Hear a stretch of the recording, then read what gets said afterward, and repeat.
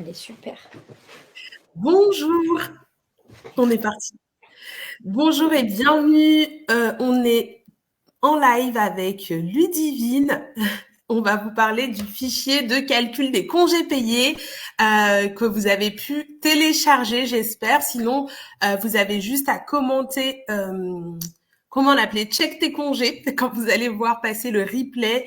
Et puis, on vous enverra le petit lien de téléchargement pour récupérer le fichier. On attend que vous vous connectiez bien tranquillement et on va pouvoir démarrer. Alors, il y a un petit décalage avec Insta toujours à chaque fois, mais j'y vais. Ok, super. Tac.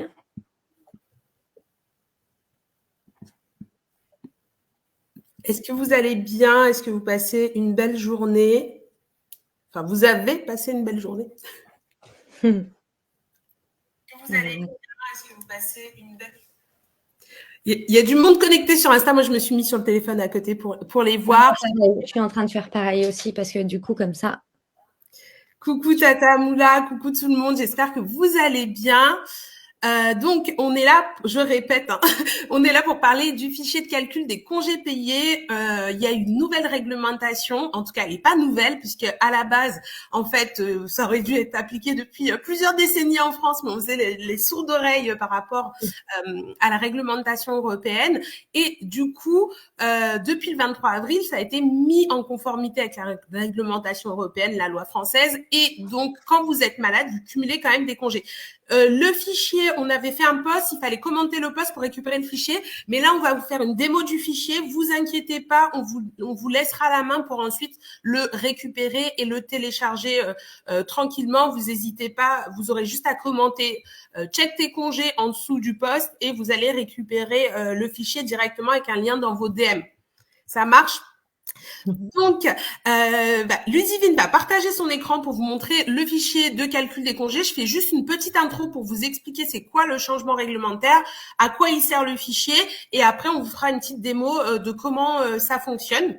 Donc, je vais... Alors, juste 2 secondes, je suis en parallèle sur... et en fait, mon écran n'est pas partagé. Alors, attends, j'arrête et je relance le partage. Non, c'est moi qui ne l'ai pas ajouté. C'est moi qui l'ai pas ajouté. D'accord, ok, autant pour moi alors. Ok, je le rajoute juste après. J'étais en train de dire, donc c'est quoi la nouvelle règle sur les congés payés? La règle avec les congés payés, c'est que jusqu'à présent, quand vous étiez malade, en tout cas en France, quand vous étiez en maladie non professionnelle, eh bien, vous ne cumuliez pas de congés payés. Donc, admettons que vous aviez été malade pendant 1 an, eh bien, vous aviez zéro congé payé à la fin de l'année. Ça, c'est plus acceptable en France. Il y a eu une jurisprudence au mois de septembre qui est passée, qui a retoqué un employeur par rapport à ça et qui a donné raison à un salarié parce que la réglementation européenne dit qu'un salarié peut pas être lésé par rapport à sa maladie non professionnelle. Et du coup, ils ont retranscrit comme il faut les choses dans la loi française depuis le 23 avril 2024 et on a eu des précisions. On n'a pas autant de congés quand on est en maladie non professionnelle, on a le droit à 24 jours ouvrables. Donc, la première question qu'il va falloir vous poser avant d'utiliser ce fichier de congés payés, c'est de savoir est-ce que dans votre entreprise, les congés payés sont gérés en jours ouvrés ou en jours ouvrables. Si vos congés ils sont gérés en jours ouvrés, c'est un onglet spécifique et s'ils sont en jours ouvrables, c'est un autre onglet. Donc, au maximum, si vous êtes malade toute l'année, vous allez avoir 24 jours de congé en jours ouvrables. Le truc, c'est que forcément, peut-être que vous allez être malade que 2 mois, 3 mois, 3 semaines. Donc, on vous a fait un fichier de calcul. Vous avez juste à rentrer la période, le nombre de jours de congé de maladie que vous avez eu, le nombre de jours des autres absences que vous avez pu avoir, et ça vous calcule le total de congés auquel vous avez droit à la fin de l'année. Donc, je vais rajouter le fichier, le partage du fichier.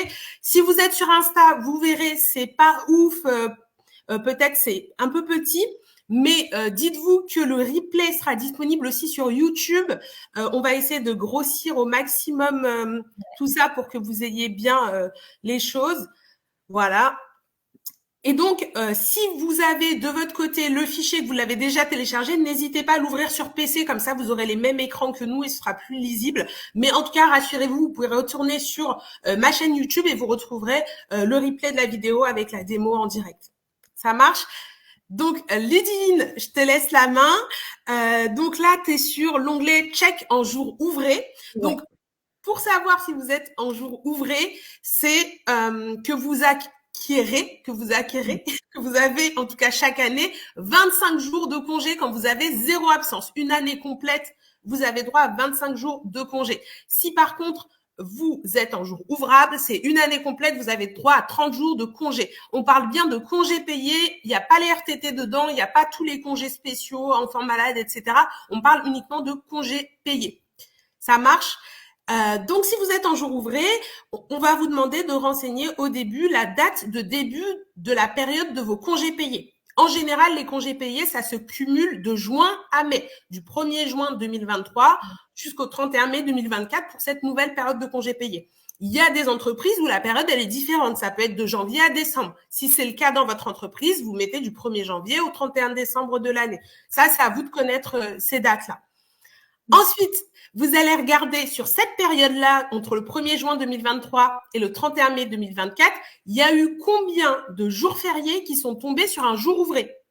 Parce que les jours fériés qui tombent sur un jour ouvré, ça donne pas le droit à des congés supplémentaires. Du coup, il faut déduire les jours fériés. Donc, faut juste prendre un calendrier, regarder les jours fériés qui tombent sur un jour où normalement vous auriez dû travailler. Et vous saisissez le chiffre ici. Donc, nous, on est parti sur quelqu'un qui est standard, qui travaille du lundi au vendredi. Théoriquement, entre le 1er juin 2023 et le 31 mai 2024, il y a eu 8 jours fériés. Et enfin, numéro 4, on va vous demander de saisir les jours ouvrés d'absence. Là, c'est toutes les absences que tu as eues au cours de la période indiquée, mais c'est uniquement les absences qui vont pas être considérées comme du temps de travail effectif. Et on vous a mis un petit pense-bête absence. Je te laisse la main, Ludivine. Juste là, il y a un petit lien qui, si vous cliquez dessus, en fait, sur le petit lien, ça vous amène directement sur l'onglet qui s'appelle pense-bête absence, et où il y a tous les types d'absences qui sont à comptabiliser dans la case numéro 4. C'est ça. On met bien que la liste, elle n'est pas exhaustive parce que peut-être qu'il y a des particularités dans votre entreprise avec des absences encore spécifiques qui peuvent ne pas être assimilées à du temps de travail effectif. N'hésitez pas de clarifier avec vos RH, etc. Si c'est le cas pour pouvoir être sûr que ça correspond bien à ça. Mais en gros, c'est les jours de grève, la mise à pied, les congés sans solde, sabbatiques, etc. C'est tout ce qui ne donne pas le droit à l'acquisition de congés, en fait. C'est ça. Et du coup, en dessous, si vous avez eu de la maladie non professionnelle, donc je dis bien la maladie non professionnelle, c'est-à-dire vous êtes malade, mais c'est pas lié à un arrêt maladie, c'est pas lié non plus à un accident du travail, là vous allez saisir les jours d'absence d'arrêt maladie. Et vous voyez là, Ludivine, elle a fait plusieurs exemples.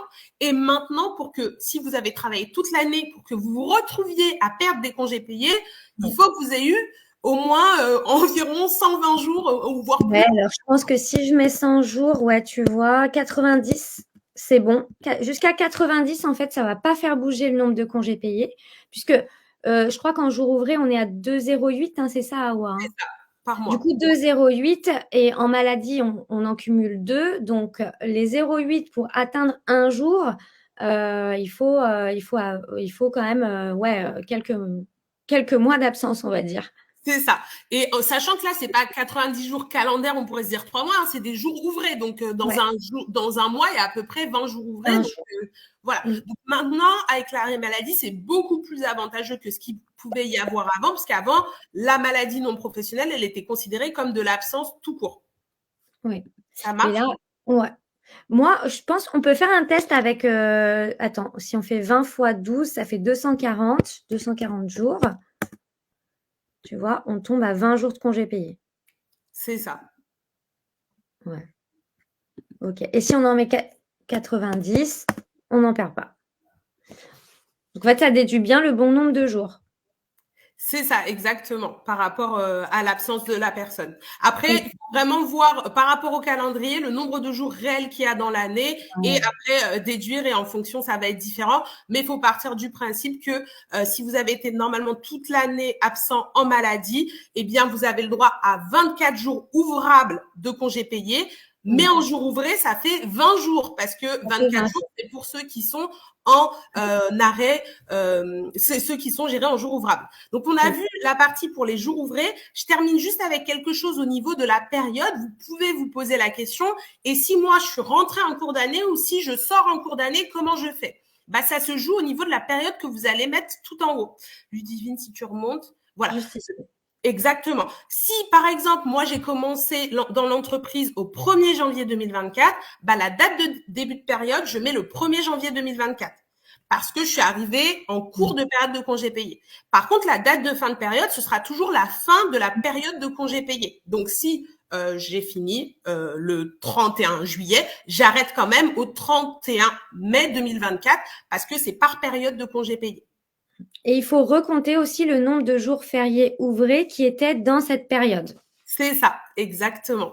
Et si je suis sortie avant, c'est l'inverse. Par exemple, je suis partie au mois de mars, et ben je vais mettre le 31 mars 2024 en date de fin de période et je vais m'assurer que le nombre de jours ouvrés fériés que je vais saisir correspond à cette période-là. Ok.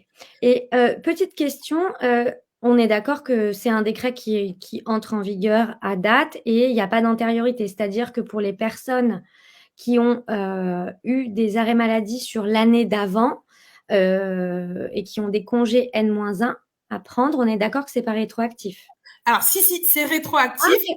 Si, c'est rétroactif. Je crois qu'il y a un délai. Alors là, il faudrait plus voir du côté des juristes, mais il y a un délai de 2 ans à partir du moment où la loi a été promulguée. Je crois. Alors, je suis pas juriste ni avocate, donc s'il y en a dans la place, n'hésitez pas à corriger les termes. Mais en tout cas, depuis le 23 avril 2024, vous avez 2 ans pour réclamer les congés payés que vous n'avez pas eu. Et si vous êtes déjà sorti de l'entreprise et que vous n'avez pas signé le reçu pour solde de tout compte, vous avez 3 ans pour réclamer les congés qui vous ont pas été perçus à tort. Donc, si vous voulez vérifier sur l'année d'avant, n'hésitez pas à changer les périodes. Après, faites attention, il y a un délai maximum de report pour les personnes qui sont en arrêt maladie très longue durée. Par exemple, ça fait 1 an et demi que je suis en arrêt maladie. Quand vous revenez de votre arrêt maladie, votre employeur, il doit vous faire un point de situation pour vous dire combien de congés vous avez et les congés peuvent être reportés maximum pendant 15 mois. D'accord ? Je vois sur, on n'a pas, alors je sais pas, il y a déjà des questions sur les jours fériés, Awa. Alors, ouais. Audrey qui dit, je comprends pas bien ce que vient faire les jours fériés là-dedans. Alors, il n'y a rien à comprendre, Audrey, c'est vraiment le calcul des congés payés. Donc, l'idée, c'est pas d'aller dans le jargon technique, c'est juste que les congés payés, pour calculer le droit à congés payés, on ne tient pas compte des jours fériés. Donc, il faut que vous comptiez le nombre de jours fériés ouvrés, donc les jours fériés qui tombent sur des jours travaillables, et vous les déduisez dans cette case-là, sinon le calcul sera pas juste. Mais c'est arbitraire, quoi. Ouais, c'est une méthode de calcul, elle est définie comme ça et on peut rien y faire, quoi. C'est ça. Donc ça, c'est pour les jours ouvrés, et pour les jours ouvrables, c'est exactement le même principe, sauf que le nombre de jours de congé n'est pas le même. Oui, voilà. Mais après, c'est la façon dont ils sont déduits. Je crois que la différence entre jour ouvré et jour ouvrable, c'est des personnes qui travaillent sur les samedis, c'est ça, non ? Alors, en fait, les jours ouvrables, c'est 6 jours par semaine, alors que les jours ouvrés, c'est 5 jours par semaine. Après, ça dépend quel est le planning, mais en tout cas, en général, on dit que le jour ouvré, c'est lundi au vendredi, jour ouvrable, lundi au samedi. Pour faire simple. Est-ce que tu peux agrandir un petit peu aussi la journée ? Oui, alors tu veux que je passe au jour ouvrable ? Du coup, j'agrandis. Attends, j'étais à combien de l'autre côté ? 170. Donc, on va se mettre à 170 ici aussi. Hop, voilà. Super. Et donc là, on est exactement sur le même principe. Si vous avez donc vos congés qui sont gérés en jour ouvrable, vous mettez la date de début de période, date de fin de période. Pareil, c'est à vous de savoir par rapport à votre entreprise comment sont gérés les congés payés. Du 1er juin au 31 mai, ça c'est le standard, mais il y a beaucoup d'entreprises qui sont pas forcément sur le standard. Vous mettez le nombre de jours ouvrables fériés. Donc ouvrable, ça veut dire que si vous allez du lundi au samedi, le samedi compte aussi dans les jours ouvrables fériés. Et votre total de jours, alors là il y a une erreur de frappe, faudra qu'on change. Où ça ? Il y a écrit total de jours ouvrés d'absence dans le 4, mais c'est ouvrable en fait. Mais il faudra qu'on fasse une correction. Ah oui, mince, ouais. Ça marche. Donc, total de jours ouvrables d'absence. En plus, on l'a regardé 15 fois, on l'a pas vu. C'est mauvais copier-coller. Ouais. Donc là, vous mettez votre nombre total de jours ouvrables d'absence. Si vous avez eu des absences, pareil, c'est le même pense-bête que vous utilisez pour savoir c'est quoi des jours ouvrables d'absence. Ça va être congé sans solde, congé sabbatique, etc. En cliquant sur le lien, ça vous amène sur le 3e onglet. Et enfin, vous avez le numéro 5 où vous mettez votre total de jours d'arrêt maladie en jours ouvrables aussi. Et là, vous allez mettre, par exemple, 24 jours d'arrêt maladie, 56 jours, en fonction des jours que vous avez été en arrêt maladie. Et donc, à ce moment-là, et là, on compte du lundi au samedi, hein, on est d'accord. Hein. C'est ça, si c'est du lundi au samedi par rapport au planning. Mais en tout cas, c'est un jour ouvrable, c'est 6 jours semaine. Ouais, c'est ça. Donc, voilà pour le fichier des calculs des congés payés. Est-ce que c'est clair pour tout le monde là-dessus? Alors, Didi qui dit comment faire la demande pour récupérer ses congés perdus. Bah, déjà, il faut que tu calcules tes congés perdus et ensuite, bah, tu fais juste un mail, une demande au service paye en disant que tu souhaiterais récupérer les jours qui n'ont pas été cumulés. DSD qui dit quand l'employeur a arrêté de cumuler les CP en arrêt maladie de moins d'1 an, doit-on réclamer durant notre arrêt, au retour ou à la sortie de l'entreprise? Alors, quand vous revenez de congé, votre employeur, comme je vous dis maintenant, il est obligé de vous faire une notification du nombre de jours que vous avez à poser, de nombre de jours de congé que vous avez le droit, et vous notifiez avant quelle date vous devez les utiliser, sinon ils sont perdus. Donc normalement, maintenant, tout ça, ça doit être clarifié. Après, les congés payés, moi, je vous recommande de faire le bilan à chaque fois en fin de période. C'est-à-dire que vos congés se cumulent de juin à mai. 31 mai, c'est passé. En juin, vous vérifiez est-ce que sur le bulletin de juin, vous avez bien tous les congés qu'il faut. Si il vous manque des congés, vous faites votre réclamation en juin. Parce que en fonction du nombre, quand vous êtes en cours de période, en fonction du nombre de jours que vous allez encore avoir en maladie, etc., le calcul va pouvoir évoluer. Tant qu'on n'a pas dépassé le 31 mai, on ne sait pas exactement combien, tant que vous n'êtes pas sorti de l'entreprise, on ne sait pas exactement combien vous avez droit de congé. Donc, attendez le lendemain de la fin de période. Et donc, tu dis à Awa que l'employeur doit, au retour de congé maladie, éditer une notification d'acquisition de congé, c'est ça? C'est ça, de savoir en fait, de faire le point aux salariés. Alors ça vient de sortir là en avril, donc les employeurs, je pense qu'ils doivent être en train de se mettre à norme pour tout ça. Mais en tout cas, je pense que toutes les absences maladie qui vont générer de la perte de congés payés, ils vont vous notifier une petite notice en vous disant voilà combien de congés t'as cumulé et jusqu'à quelle date tu dois les poser avant qu'ils soient perdus, parce qu'on a bien sûr un délai pour poser ces congés, sinon après ils sont perdus. Okay. Lily Laure qui nous demande où peut-on se procurer ce fichier. Le fichier, il faut commenter le post où on vous prévenait du live pour récupérer le fichier. Sinon, dès qu'on aura terminé le live, pareil, on vous mettra à disposition le fichier. Juste en commentant le replay, vous aurez accès au fichier. Exactement. Et on a aussi une autre question. Lorsqu'on a quitté l'entreprise, comment fait-on pour savoir, donc c'est Tadjana Pic qui pose ça, comment fait-on pour savoir si ce sont des CP en jour ouvré ou jour ouvrable? Est-ce que la fiche de paye peut aider?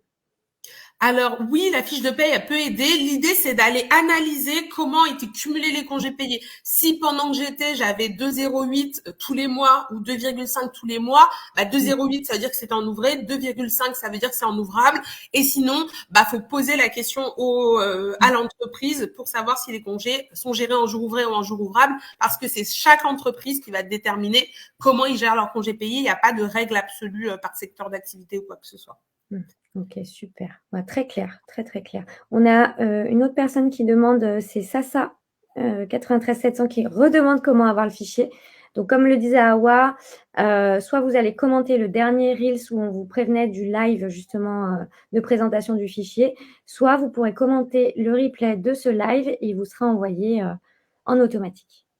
Ouais, il y a Héloïse qui pose une question hyper intéressante et qui dit qu'on soit en ouvré ou en ouvrable, c'est quand même 2 par mois en cas de maladie, c'est pas équitable du coup. Non, c'est pas 2 par mois quand on est en jour ouvré. Comme je vous disais, sur une année complète, c'est 24 jours si vous êtes en jour ouvrable, donc ça fait 2 par mois.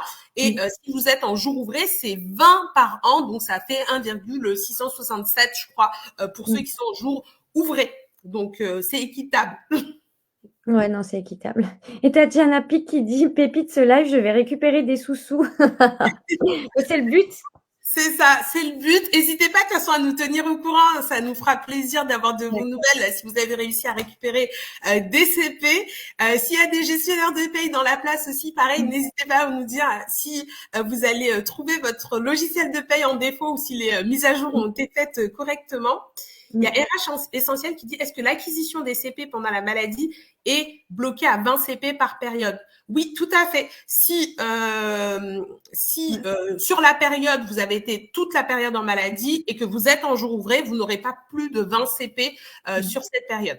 Il y a aussi un cas que je veux rappeler, c'est le cas de l'accident du travail et de la maladie professionnelle. Dans ce cas-là, c'est comme si vous n'étiez pas absent, en fait, au niveau des congés payés que vous allez acquérir, c'est toujours 2,5 ou 2,08 si vous êtes en jour ouvré. Donc là, vous n'avez pas besoin de saisir le nombre de jours d'absence pour accident du travail ou pour maladie professionnelle dans ce fichier.